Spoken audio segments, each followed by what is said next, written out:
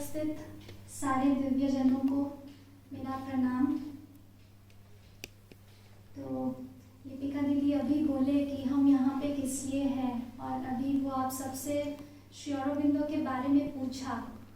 आप जानते हो उनको? श्री अरबिंदो को जानते हो? जो कोई भी जानता है हाथ उठाए। जिनको इनके बारे में पता है हाथ उठाए। या तो फिर हिस्ट्री में कुछ पढ़े हैं क्या इनके बारे में? पूर्ण स्वराज कौन बोले थे पहले? भारतीय फ्रीडम स्ट्रगल के टाइम किन्होंने पहले बताया पूर्ण स्वराज मांग की ब्रिटिश लोगों को पूर्ण स्वराज के लिए? तो वो श्री अरबिंदो ही थे। उनके बारे में बोलने से पहले मैं अभी अपने देश के बारे में थोड़ा आप सबको तो पता ही होगा, लेकिन लेट अस रियलाइज कि हम जो देश में जन्मे हैं वो कितना ही महान देश है। कोई ऐसे ही यहाँ पे जन्म नहीं लेता है। ये हम लोगों का कई सालों का, कई जन्मों का तपस्या का फल है, या तो फिर वही दिव्य का कृपा है जिसके कारण हम यहाँ पे जन्मे हैं। कौन लोग जानते हो शिवाजी महाराज कौन है? आप ब्रेकफास्ट करके आए हो? कोई नहीं जानते हो शिवाजी महाराज को?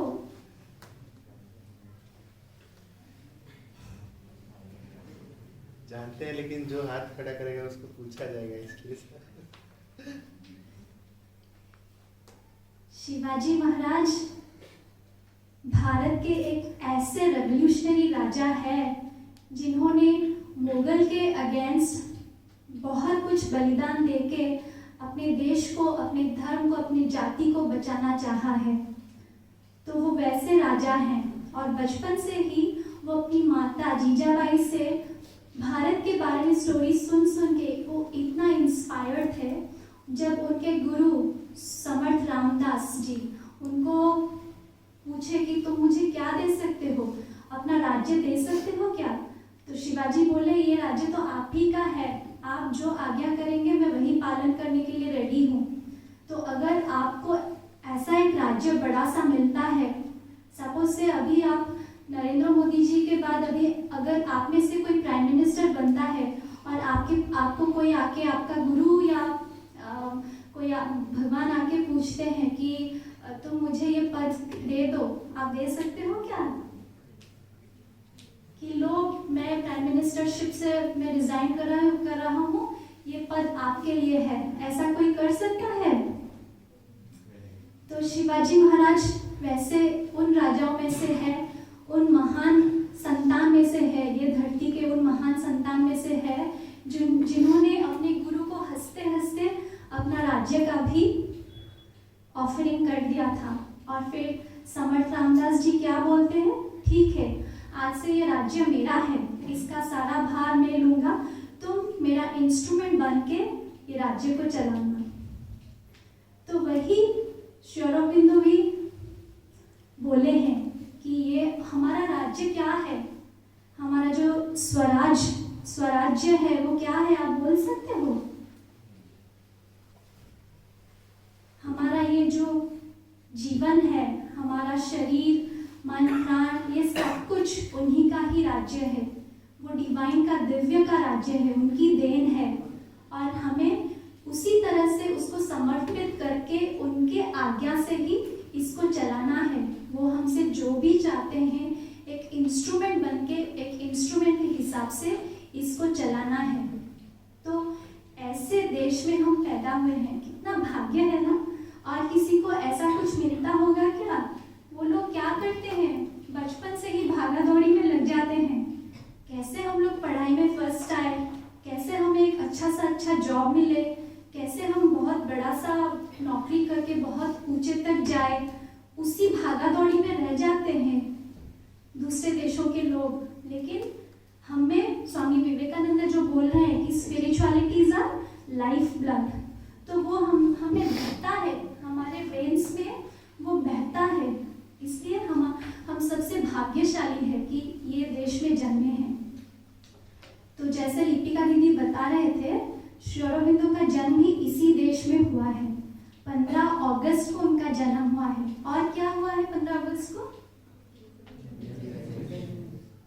वेरी गुड अभी जाके कुछ बात निकला। तो हाँ, इंडिया का इंडिपेंडेंस हुआ, लेकिन श्री अरबिंदो उससे बहुत पहले जन्मे थे, 1872 में। स्वामी विवेकानंद, उनका जन्म कब हुआ था? कौन बता सकता है?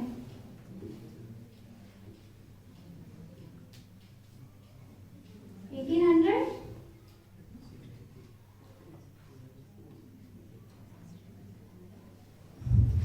ठीक है, आप आज जाके पढ़ना।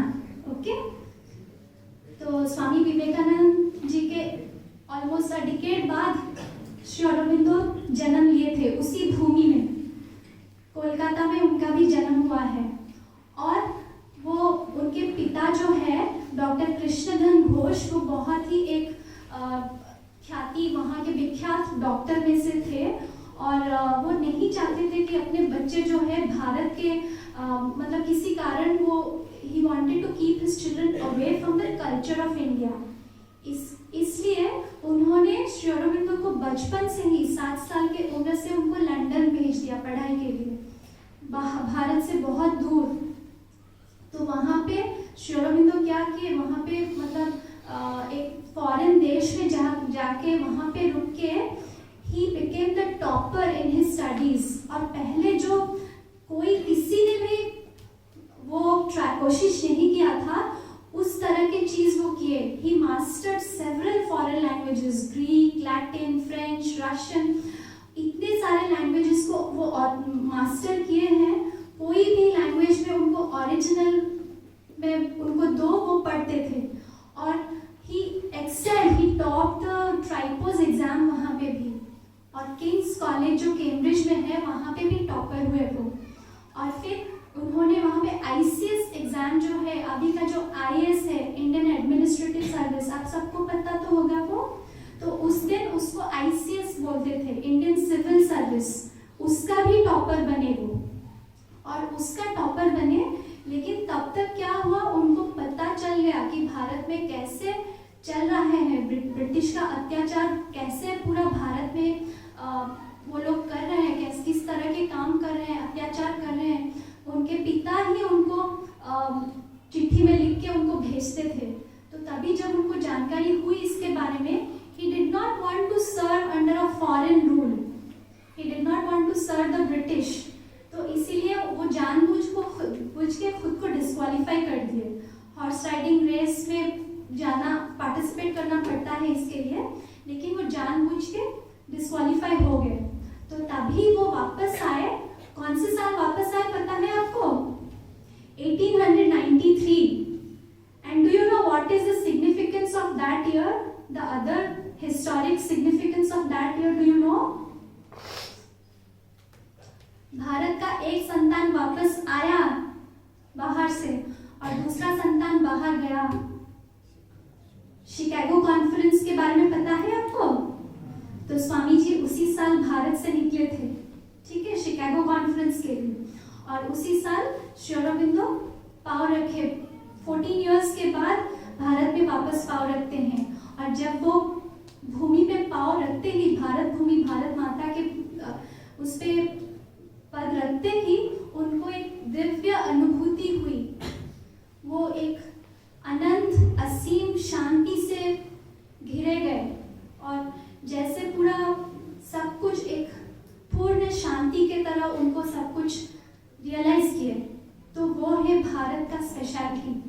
और वापस आने के बाद ही work under the Gaikwad of Baroda. तो गायकवाड़ के पास उनका कुछ साल तक उनके जैसे पर्सनल असिस्टेंट आप बोल सकते हो, पर्सनल सेक्रेटरी, वो बन के काम किए। और फिर उनके इंपेरियल कॉलेज में प्रोफेसर रहे। और जब बंगाल डिवाइड हुआ, कब हुआ बंगाल डिवाइड?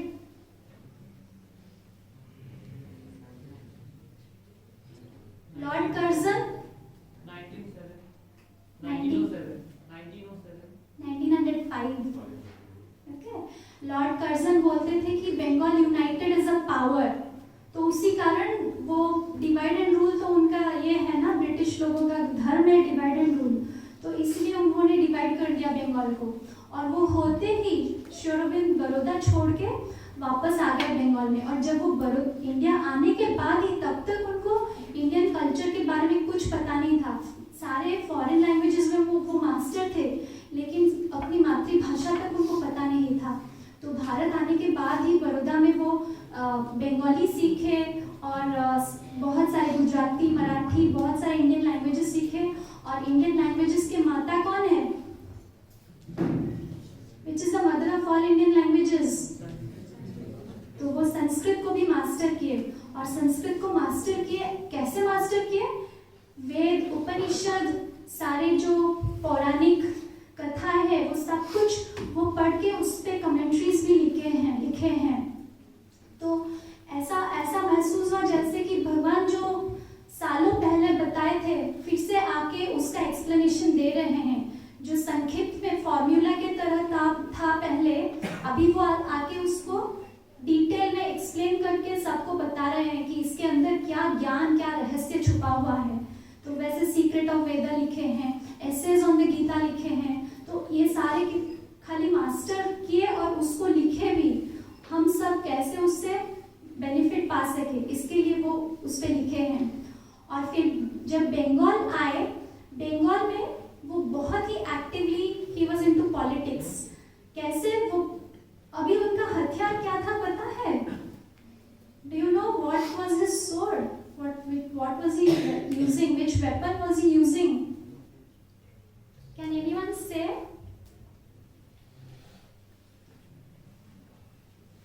His pen. तो इंग्लिश में बोलते हैं ना, pen is mightier than the sword.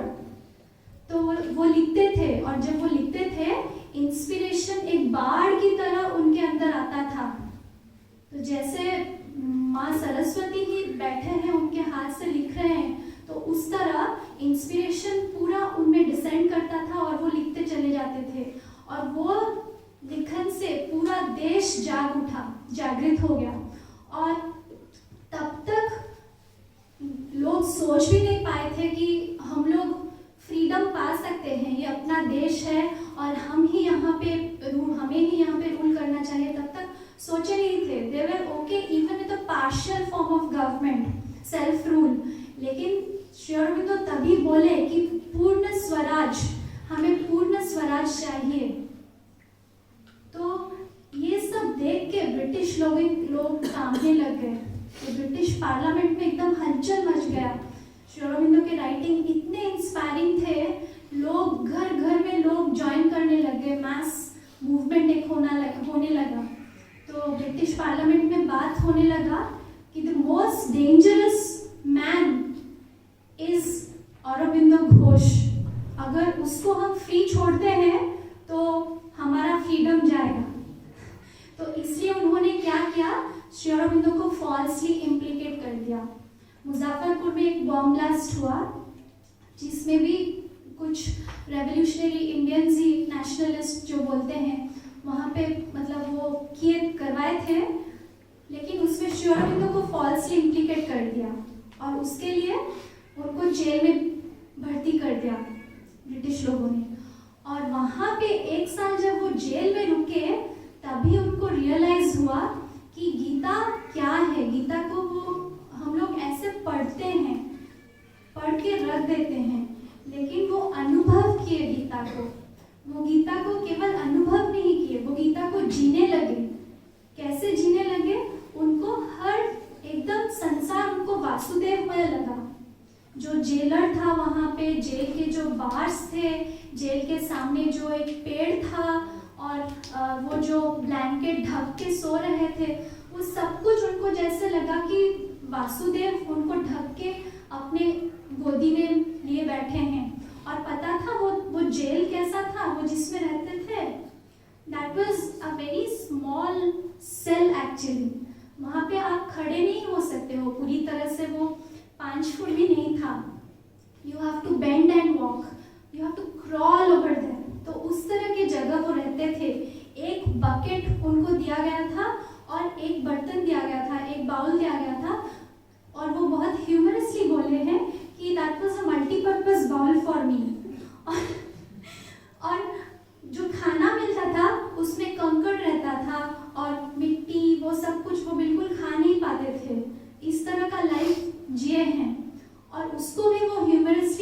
बोल रहे हैं कि the only wrath of the British is I had the darshan of Vasudev, I met God.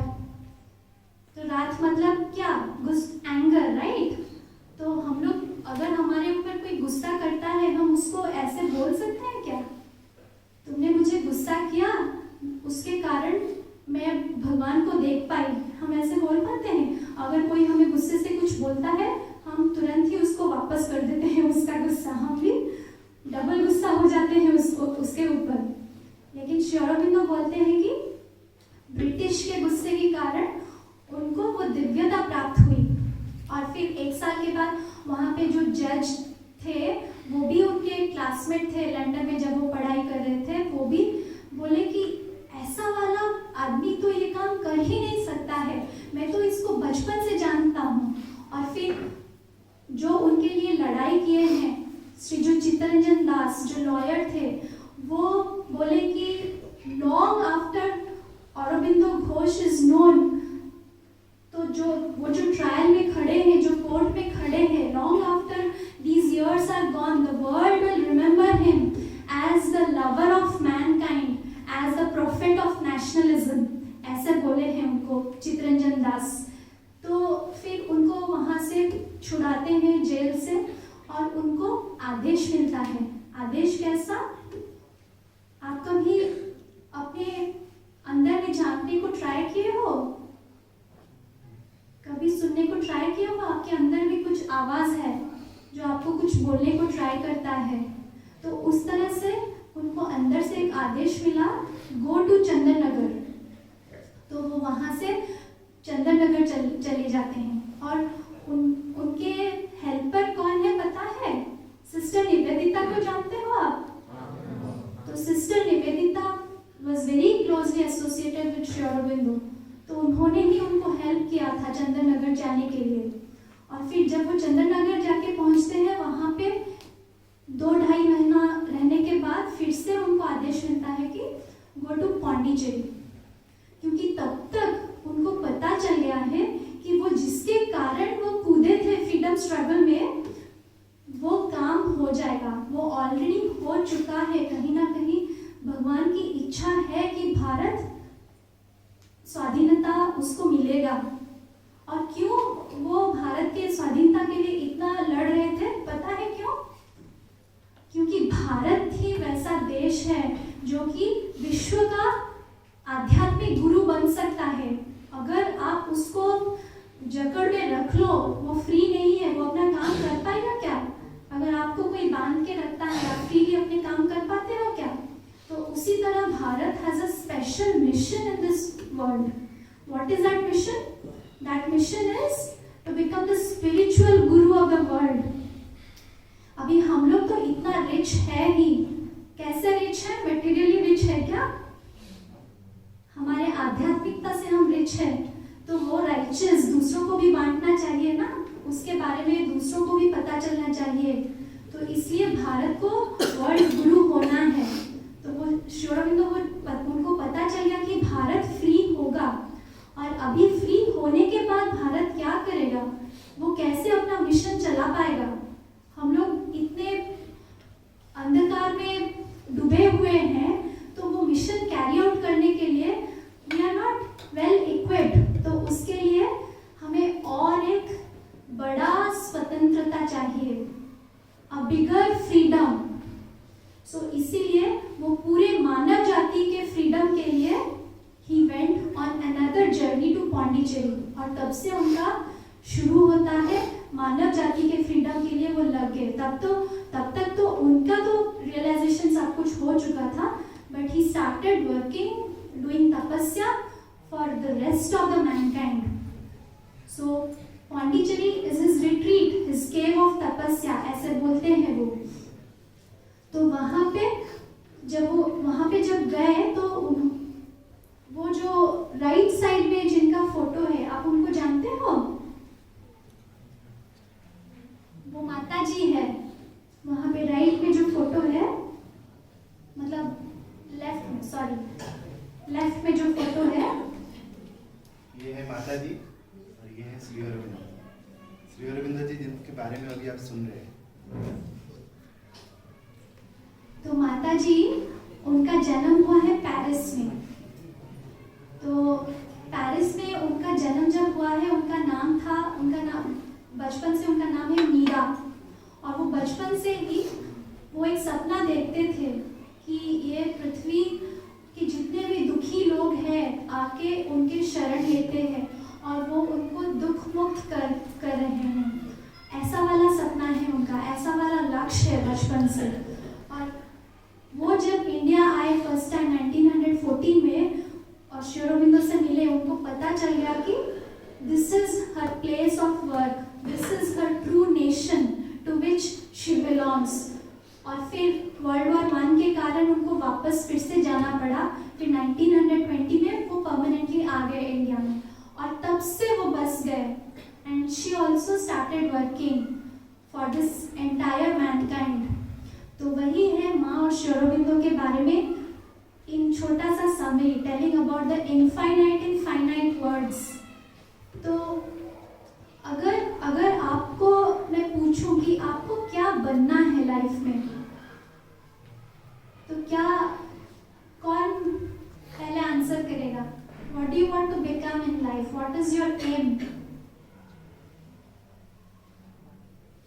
Anyone? What is your aim in life? कुछ लक्ष्य है? नहीं है? ऐसे ही आते हो?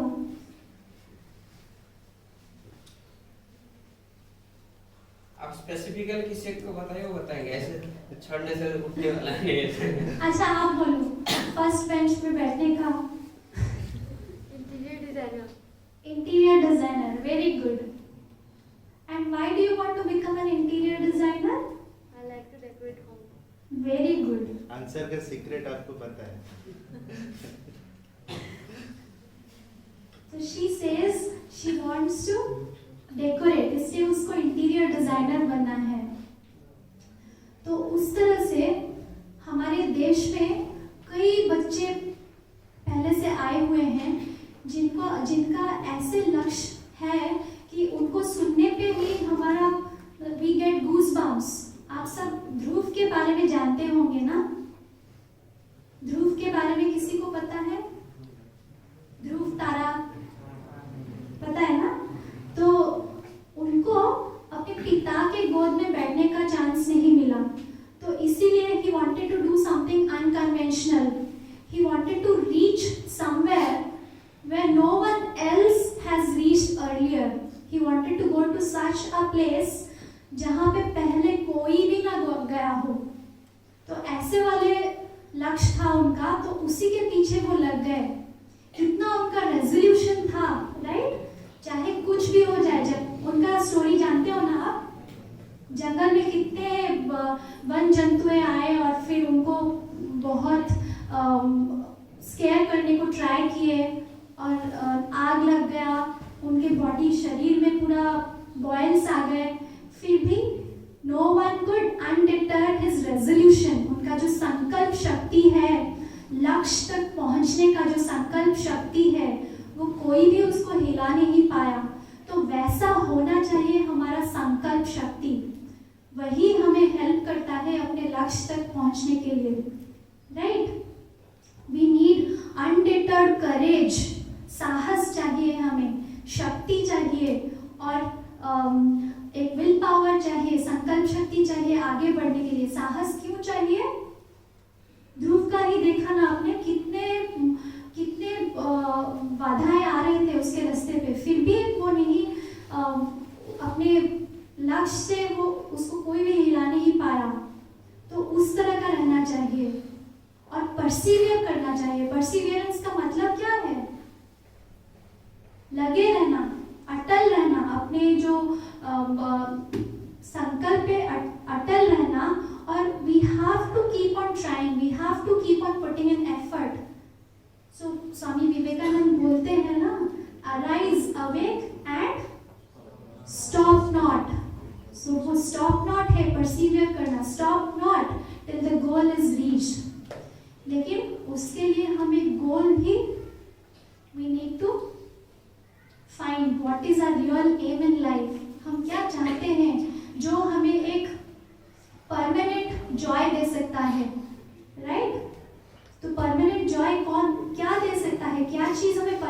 जॉय दे सकता है। हमारे अंदर का जो आनंद है, हम लोग अगर उसको डिस्कवर करते हैं, that will, irrespective of where we are in life, in this world, wherever we are, whatever we do, it is not dependent on any external factor, because the source of all joy is within us. अगर हमें वो खोज मिल जाए ना, तो कोई भी वो छीन नहीं सकता है हमसे। In fact, we will have the power to pass on that joy to even to others. जो लोग स्वामी जी के संस्पर्श में आते हैं, उनमें एक शक्ति भर जाती है, उनमें एक कुछ करने का वो साहस बढ़ जाता है। वो कैसे बढ़ता है? क्योंकि वो स्वयं ही उससे भरे हुए थे, वो स्वयं ही उसको रियलाइज किए थे अपने अंदर। तो हम अपने अंदर उसको खोजे और वो पा सके, तभी जाके we will understand why we are really on this earth, what is the purpose of our existence, वो हम समझ सकेंगे। तो उसको समझने के लिए क्या चाहिए? हमें खुद को समझना पड़ेगा। आप लोग शंकराचार्य के बारे में आपको पता है? उनका नाम सुने हो? आदि शंकराचार्य सुने हो ना? तो वो जब नर्मदा नदी के पास वो जब घूम रहे थे, उनका उम्र क्या था पता है? 8 साल तक था। और जब वो घूम रहे थे, उनके गुरु आए उस रास्ते में। तो तब तक गुरु नहीं थे वो उनका, लेकिन वो घूम रहे थे और आदि शंकराचार्य जी से मिले। आदि शंकराचार्य से पूछा, हु आर यू? तो आदि शंकराचार्य आत्मा अष्टकम एकदम से रिसाइट कर देते हैं, तभी स्पॉन्टेनियसली वो आ जाता है उनको। और वो क्या है आत्मा अष्टकम, आपको पता है? I am neither anger, I am not joy, I am not lust, I am not hunger, I am not thirst. मैं ये सब कुछ भी नहीं हूँ। अंत में बोलते हैं, मैं 8 लाइन में खुद को डिस्क्राइब करते हैं, मैं क्या हूँ, मैं कौन हूँ। एंड में क्या बोलते हैं? चिदानंद रूप शिवोहम शिवोहम। मैं ही वो अनंत असीम आत्मा जो मेरे अंदर है, मैं वही हूँ। ठीक है? और ये सब आउटर लेयर्स है। इसका ये मतलब नहीं है कि हम वो लेयर को नेग्लेक्ट कर देंगे, क्योंकि वही तो एक घर है ना। अगर घर ठीक नहीं रहेगा तो आत्मा रहेगा कहाँ पे? Right? So we have to take care of the layers also, and we have to develop them and train them in such a way that the Atma will express beautifully out. That is our goal, right? तो आपको will के बारे में बताया, संकल्प शक्ति, Perseverance के बारे में बताया, करेज के बारे में बताया, राइट? और एक बहुत ही इम्पॉर्टेंट चीज है जो हमारे लक्ष्य को प्राप्त करने के लिए हेल्प करता है, वो क्या है पता है? क्या हो सकता है? Any guess? सिंसियरिटी। सिंसियरिटी का मतलब समझते हो? आंतरिकता, निष्ठा जिसको बोलते हैं। So why is it important? एक छोटा सा स्टोरी में बोलती हूँ। एक आदमी था जो कि उतना ज़्यादा धनी भी नहीं था, वो थोड़ा सा गरीब था। और फिर दुर्गा पूजा का समय आया। आप सबको पसंद है दुर्गा पूजा? Very good. तो दुर्गा पूजा के समय में वो देखा कि अपने नेबर्स जो है, हर कोई अपने परिवार के लिए बहुत अच्छे अच्छे चीज़ सब ला रहे हैं। दुर्गा माँ का पूजा करने के लिए बहुत सारे सामग्री ला रहे हैं, अच्छे से घर को सजा रहे हैं, डेकोरेटिंग। तो वो सब कर रहे हैं, लेकिन उनके पास उतना पैसा नहीं था कि वो कुछ ला पाए। तो क्या होता है, उनको तनख्वाह मिलती है उस दिन। तो तनख्वाह जब वो गिन रहे हैं तो उसमें 100 रुपीज़ एक्स्ट्रा आ गया है। तो वो सोच रहे हैं कि 100 रुपीज़ एक्स्ट्रा आया, इससे मैं बहुत तब के दिन 100 रुपीज़ वॉज अ लॉट। तो इसमें मैं बहुत कुछ कर सकता हूँ, मैं इसमें अपने परिवार के लिए बहुत कुछ खरीद सकता हूँ, घर को सजा सकता हूँ, पूजा अच्छी तरह से कर सकता हूँ, नेबर को बुला के भोजी फीस कर सकता हूँ।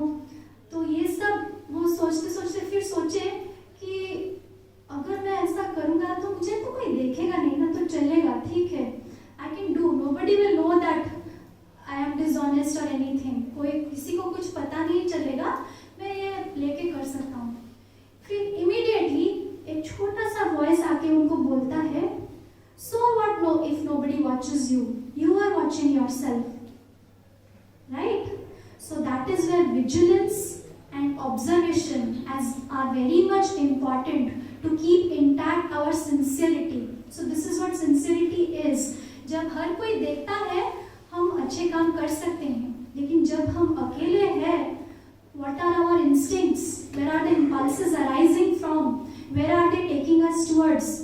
Will they help us in reaching our goal or no? If no, then they have to be discarded. तो यहाँ पे ऑब्जर्वेशन, खुद को हमें बहुत तन घन करके पूरा खुद को ऑब्जर्व करना पड़ेगा और बहुत ही विजिलेंट रहना पड़ेगा, ठीक है?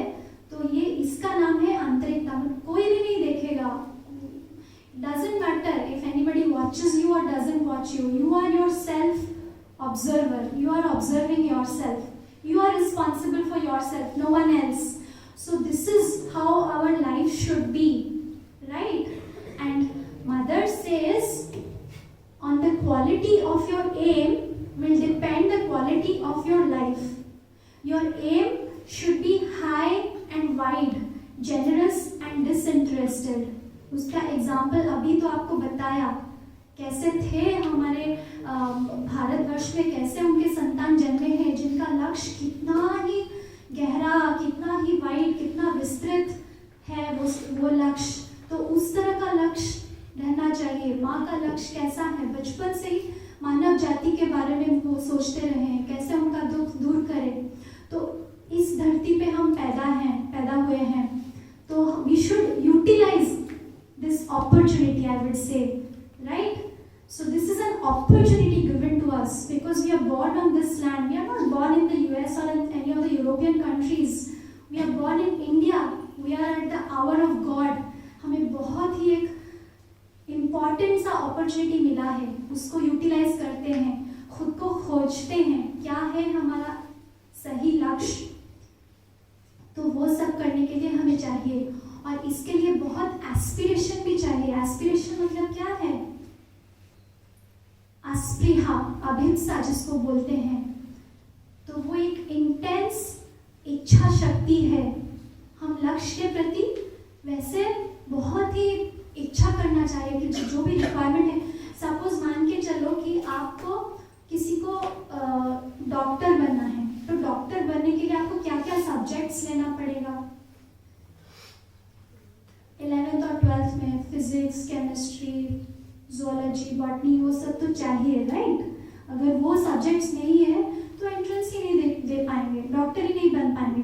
तो उसी तरह से इस तरह का लक्ष्य अगर हम चुनते हैं, उसके लिए हमें ये सब इक्विपमेंट चाहिए, ये सब टूल्स है ऑन द वे। ये जितने भी क्वालिटीज है, ये सब टूल्स है हमें वो लक्ष्य तक पहुंचाने के लिए। और तभी जाके हमें क्या मिलेगा? परफेक्शन मिलेगा। तो एक छोटा सा स्टोरी बोल के बता के मैं उसके बाद राजेश भैया को बोलूँगी आने के लिए। आपको तानसेन के बारे में पता है? How many of you don't know who Tansen is? All of you know, which means, right? Very good. So Tansen is one of the greatest musicians ever on Indian land. वो जब गाना गाते हैं, वो मेघ मल्हार गाते हैं तो बारिश होती है, और वो जब दीप राग गाते हैं तो आग लग जाती है। एक बार अकबर उनको जिद किए दीप राग गाने के लिए, तो तानसेन को पता है उसका कॉन्सिक्वेंस क्या होगा। दीप राग गाएंगे तो आग लग जाएगा, तो उसको क्या करेंगे? वो दीप राग गाए, because he could not differ the order of his king.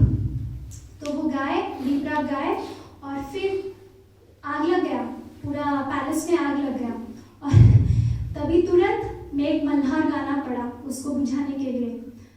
तो ऐसे म्यूजिशियन है वो, और उनके जो गुरु है, आप सोचो वो कैसे रहेंगे। स्वामी विवेकानंद जी के गुरु कौन है? Very good. So whatever we are getting, that is the grace of the Guru. If we